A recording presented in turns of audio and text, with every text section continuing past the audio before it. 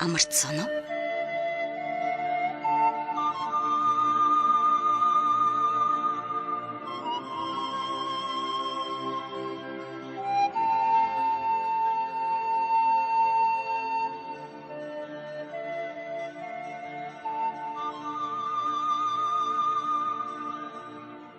Таны богино амралтанд зориулж утга уран зохиолын яруу ихшгээр аялуулъя. Та унших хэрэггүй, зүгээр л сонсоорой. Цай уух зур радио нэвтрүүлэг.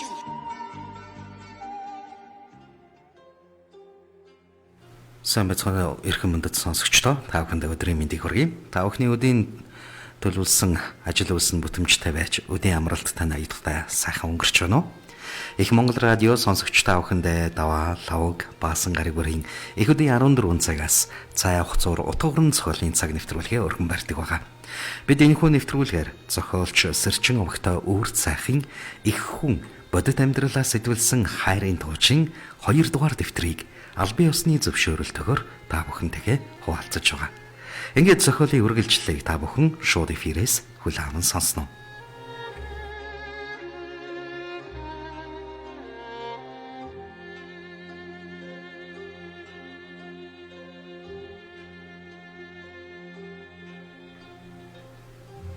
Зохиолч Сэрчин овогтой өвөр цайх.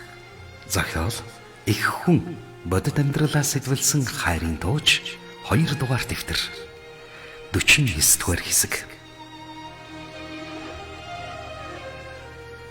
Барайчир зоогийн дараа заслын имчилгээнүүдээ эхлэхээр Герма болон Нефен нарын гэр бүлийг өрөөндөө дуудан уулзаж бяцхан тайлбар хэлж өгөхөөр шийдлээ. Танаа хүүхдүүдийн харааны гажиг болоод инээхгүй байгаа явдлуудыг тайлбарлахын өмнө үүнийг харуулмаар байна. Ингэсээр зөвөрийн компьютераа дэлгээд өлгөж байрлуулсан тусгай том дэлгэцний толгой хэсэгт нь судалгааны ажил 5 дахь жилдээ гэсэн бичиг бүхий гарчхийн доорх гэрэл шиг зүйл бөмбөлгүүд цэнхэр өнгөтөө тэнгэр зэрэг болоод зулын асачгүй гэрлийг харуулад энэ бол орчлон ертөнцөөс ямар нэгэн энерги орморгүй устж алга болохгүй гэдгийг тайлбарлаж чадсан энергийн хуулийн адилаар сүнсний тухай ойлголтыг хүн төрөлхтөнд бодитоор харуулахыг оролдож буй шинжлэх ухаан болоод буддизмын хосломл аргын лабораторийн туршилт. Үүнийг эхлэхээс өмнө та бүгд маш ихээр анхаарлаа төвлөрүүлэхийг хүсэж байна. Миний бас нэгэн ажил бол генетик судлал, биоэнерги, түүний нэгдлийн нийлмэл болон задралын тухай ойлголтыг дээрх 2 төвшөнд судлах, бодитоор хүмүүст харуулах, мэдүүлэх учраас энэ бүгд нэг цэг дээр ирж солилцоод байгаа юм. Сонирхолтой байх үүднээс нас барсан хүн дээр жишээ авч хурдан тайлбарлая.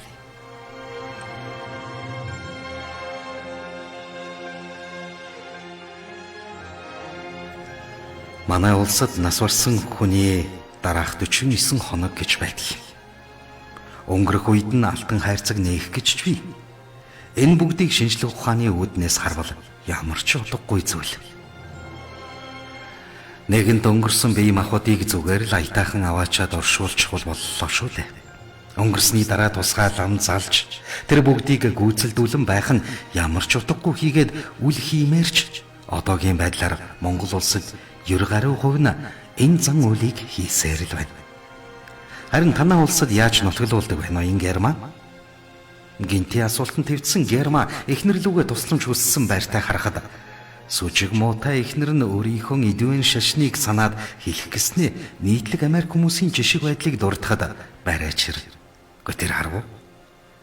Аль ч улсад заавалчгүй манай улс шиг 90% нь бишээ байг гэхэд 20%, 30% нь ийм зан үйлийг дагаж үлддэг байх.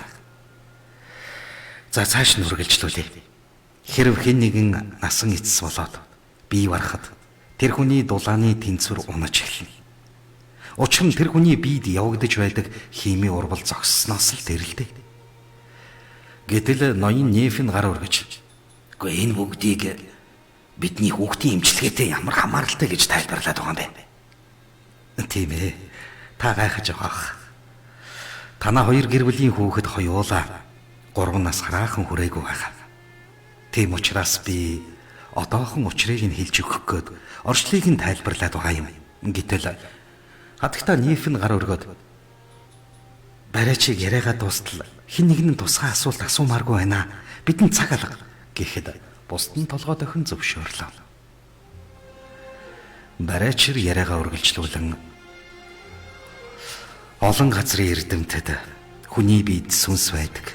Тэр нь жинтэй. Энтергээд судалсан ч гэсэн яг одоогийн байдлаар хэдэн грамм болохыг тогтоосон зүйл алга байна. Биетээр харуулсан зүйлч байхгүй. Харин энэ судалгаа бол жигнэж үзүүлэхээс гадна хэрхэн биенээс нь гарч буй, хэрхэн орчны агаарт бөөгнөрлийг бий болгож орчноо сонгохын тулд ямар хөдөлгөөн хариу үйлдэл үзүүлдэг зэргийг харуулах болно. Цаашаага яриагаа үргэлжлүүлэх гэтэл барайчрын хаалхыг хүн тогшиж уучлаарай, элчингээс яралтай холбогдооч гэж гуйлгуулсан байна. Эхнэр нь асуудалтай боллоо гэсэн байна гэсээр түүнийг холбож өгдөг хүн сандарсан байртаа хэллээ. Үүнийг сонсоод за та нар төр өрөөндөө ороод байж байхгүй юу? Яралтай ажил гарчээ. Буцаж ирэхдээ хэлье гэсээр хувцас өмсөд гарч одлоо.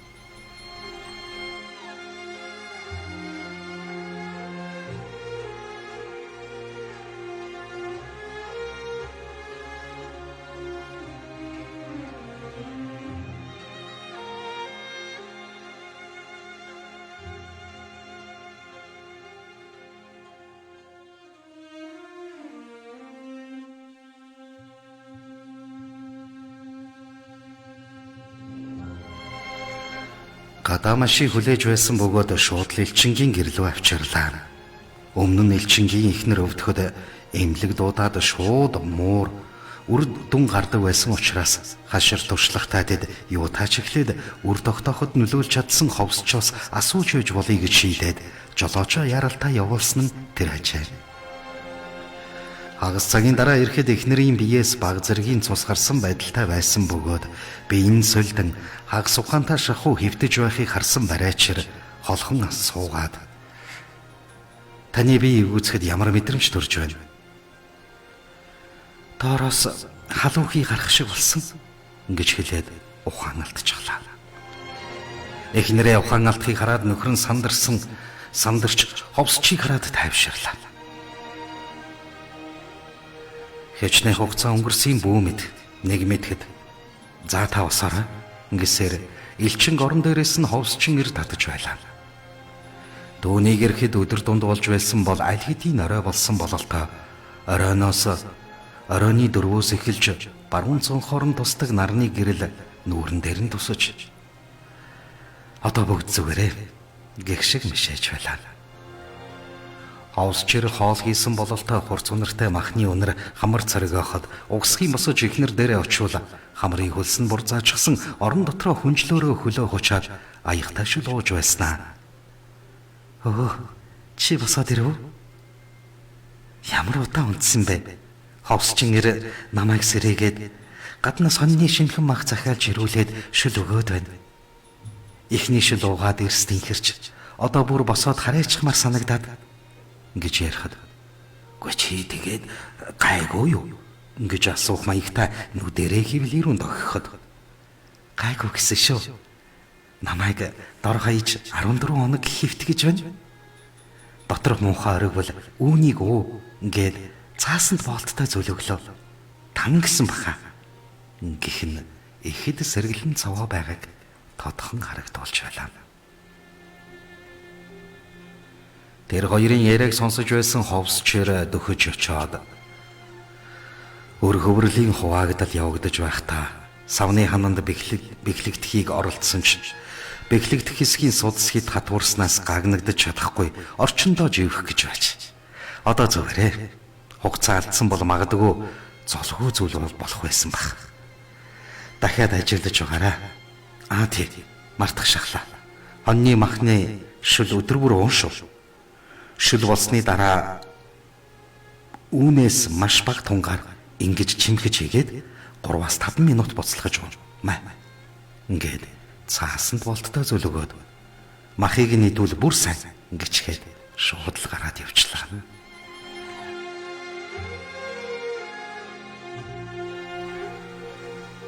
Тэр хоёр гарсан хойно нь урдын адил хүй хай гарын бэлэг гисгэсэн ч жолооч нь нөгөө хүнийг болгочихлаа. Одоо айчхав дарга ингэж утсаар хэлэхэд цагаа харчхаад тэр цаг хугацааг зогсоох юм болов уу хэмээн өөртөө шивнэлээ.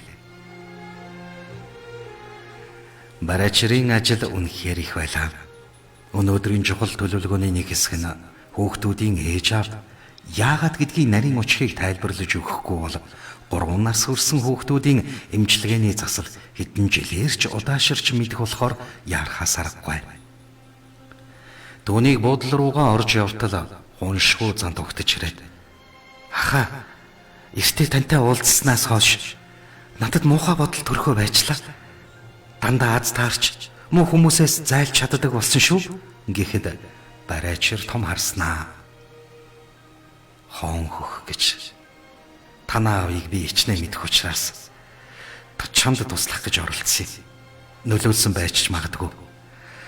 Сайн мэдэхгүй байгаач аль боловч сэтгэлийн асуудал.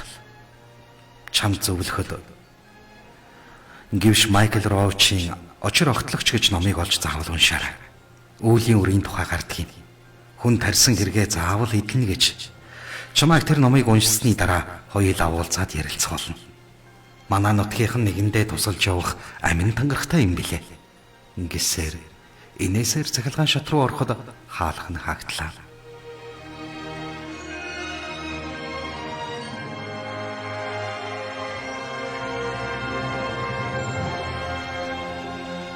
Тавдугаар хэсэг.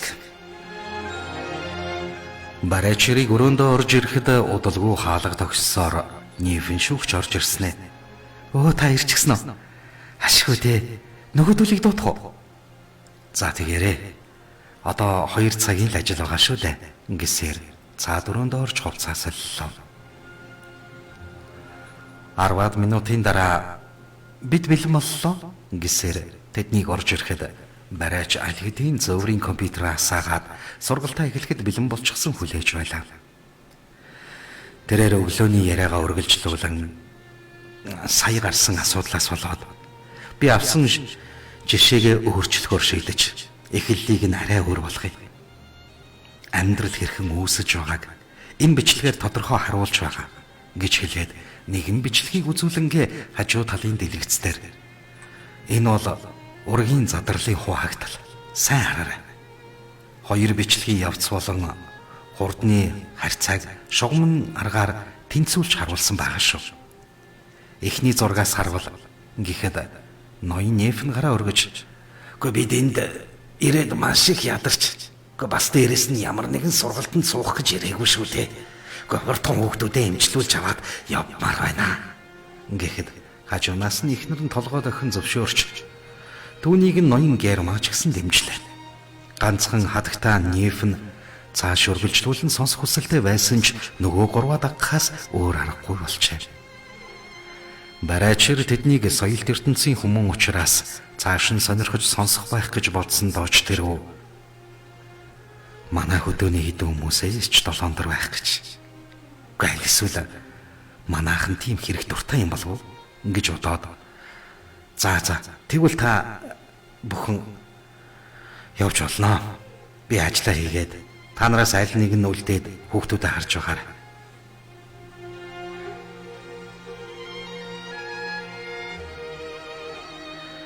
Огт энэдэггүй хүүхдүүдийг харахад зүүн талын биеийн дагуух биобус нь цорхотой байсан учраас саяны яриа гүйцэд сонссон бол шөнө хэвтэгтэй тусад нь унтуулах биш.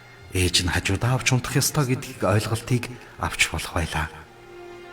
Гэвч тэд барайчрыг л эмчлэх ёстой гэж зорж ирсэн болохоор ямар ч арга үнээр хамаагүй эмчлүүлж аваад бушуухан буцхын түүс болж байгаа нь илт байлаа.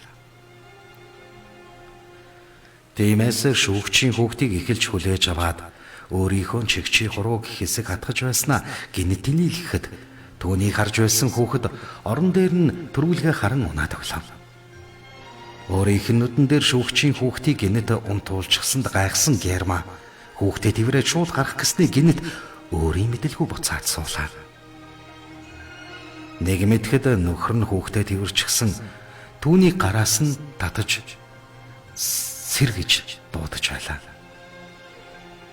Гү юу болсон бэ? Гү чи юу болсныг чи л мэдэн шүү дээ.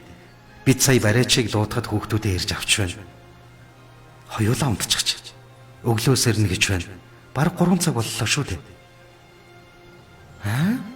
Ингэж гайхсаар хадагтаа Герман их л сонирн байдалтай гайхсаар гарахтаа баярлаа гэж хэлхээч мартсангүй.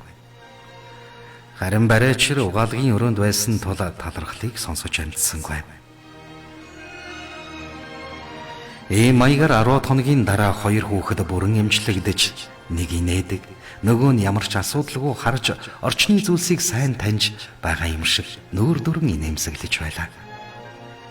Том ажлын ард гарсан барайчир сүүлийн заслаа хийгээд өрөөндөө орохдоо энэ бүгдийг нарийн дэг жаягтай зааж өгсөн аавынхаа тухай бодож хаачиж манай нүүдэлчин удмынхан юуны учир зөө тогтлыг олох гэж оролддог учраас л одоо хүртэл байгальтай зөв харьцаж амьдралын суур ухааныг зөв авч явдаг болол та. Гайгадныхан бол мөнгө өөрөл бүхнийг шийдэх гээд байдаг нь хамгийн хүндрэлтэй хэсэг нь. Гэхдээ энэ хоёр миний хариуцсан хүүхэд бишсэн болов бид нарт үйлчлэмээргүй л урамгүй хүмүүс юм. Уг нь еврей хүмүүс үстэй гэсээр тэмдэглэлийн дэвтрээ нээлээ. Эвлиурийн дарга бахин бүзүүд хоёрыг хамт байгаа тухай удалгүй урд голоор тархсаар цаашлан бэрийн чихэнд хурч аав нь сургаал альцснаас хойш 20 хоног болж байлаа. Бэр одоо нэр нь солигдож Домчин охин гэдэг нэртэй болжээ. Тэр айлын бэр гих нэрийг шар охин үргэлжлүүлэн авч яваа бөгөөд урдын зөөлөн бэр шиг биш. Бүдүүн бор авгааг хэд хэдэн удаа барьцаалдуулан хурагчуулж санд мэд байлгадаг боллоо. Үүнийг баян дөрж сонсоод нэг удаа удынхан гэрт ирэхт алимаар охиноо дуудаж уулзвал шар охин нэг л янз бүр байснаа. Аваа. Энэ хүн чи ёстой сонио хадам ээж байна. Хадам ээж хэд хэцүү. Та бахин үзүүтийн ээжийг өнгөрөхөд ирээд явсан юм а да. Тэр үед таны өгс нь тарган гуйны махнаас надад юу ч өгөөгүй. Ганцаараа шахууж ханаж идсээр байгаад дуусгасан ёстой муухай.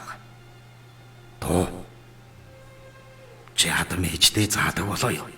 Юу мах? Би ямар ч мах өгөөгүй. Чи бити сургаар хүнийг муулж гараад гэрт галтаагүй хамаагүй ярьж байна. Ер нь чам таныг тооцоотой юм байна шүү охин минь. Гэхэд шар охины нүдэн томорч ирснэ. Юу? Таны өгсөн гээд 2 тарган гуймах тэр орой авчирхийг нь би өөрийн нүдээр харсан. Та бас энэ хүн шиг муухай болчихоо юу? Хараа төрсөн охиноо худал илээд явнаа гэж бас төрсөн охиноосоо өмнөх мах харамлаад байгаа юм биш үстэй гэж яриад л айхтар хашигчин уйлахтаа таныг би ээжт хэлэндээ гэж нусаа татлаа.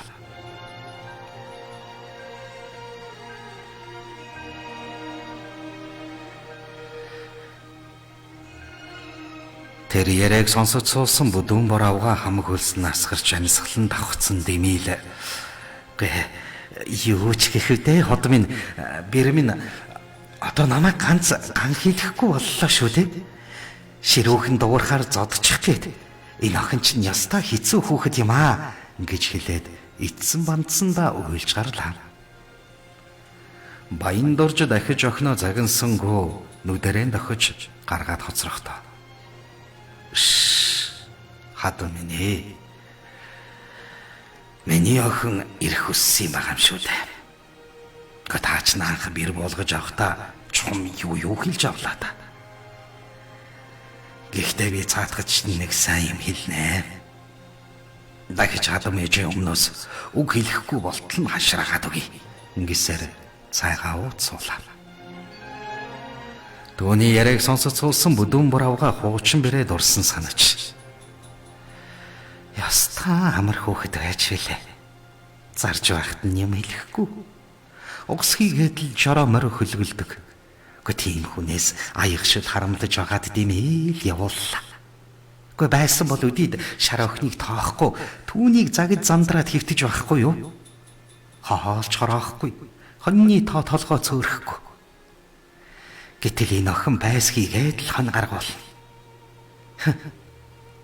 Энэ байдлаараа хадгалж хураасан хэдэн мал маань дуусаж модоо барих бололтойгоо.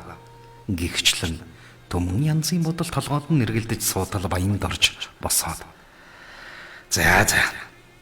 Хүргэнийхээр орчоод гарыг да.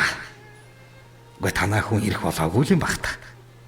Уг нь хонио наасан зөвлүүлчихээр шогшуулаад ирчихдэгсэн гисээр гарлаа.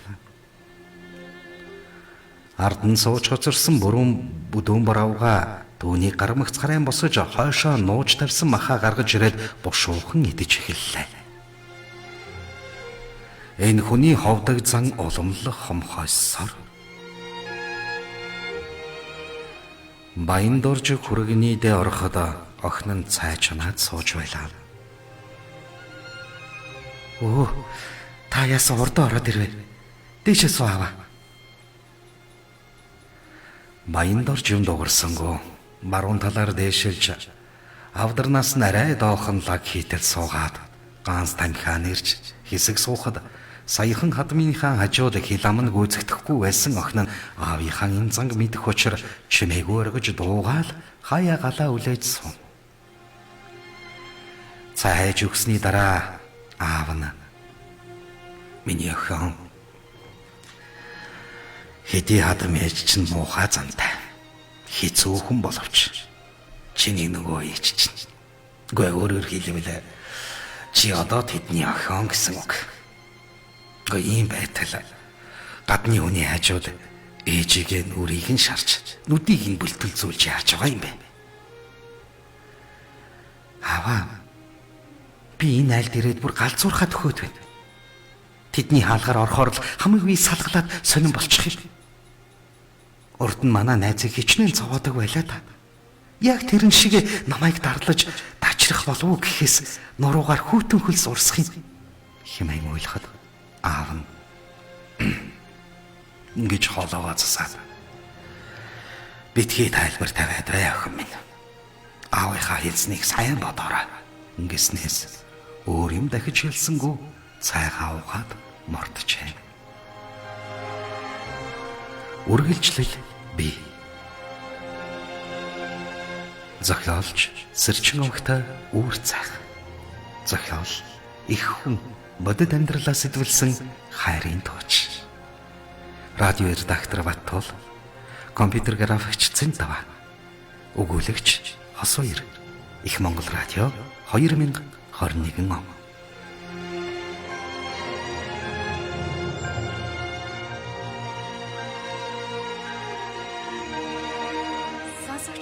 Их хүн номыг бүрэн ихээр нь худалдан авч уншихыг хүсвэл 88 10 17 14 88 10 17 14 дугаард холбогдож байгаа газраа хүргүүлнэ.